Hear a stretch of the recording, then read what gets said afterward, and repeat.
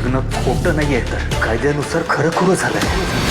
अवनील तरी का नाही सांगितलं? वेळ आली की सांगेल. जेवढं लपवशील ना तेवढं खोट्याचं ओझं वाढत जातं. देवी आई, अवनी मॅडमच्या स्वप्नासाठी केलंय ग सगळं. कसं पटवून देऊ त्यांना खरं आता? राजा सांगेल का अग्नीला मित्रांनो, आता बाय तुझा आशीर्वाद या मालिकेचा नुकताच एक नवीन प्रोमो समोर आलेला आहे. तर आता यशोधनला समजलेलं असतं की कायद्यानुसार खरोखर धनराज आणि अवनीचं लग्न झालंय. ते मग आता यशोधन म्हणत असतो की म्हणजे हे लग्न खोटं नाही आहे तर कायद्यानुसार खरं खुरं झालंय. मग अवनीला तरी का नाही सांगितलं? तर धनराज पुढे म्हणतो वेळ आली की सांगेल त्यांना.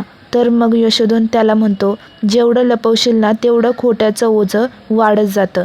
तर मग असं म्हणून यशोधन ते लग्नाचं सर्टिफिकेट हे धनराजकडे देतो.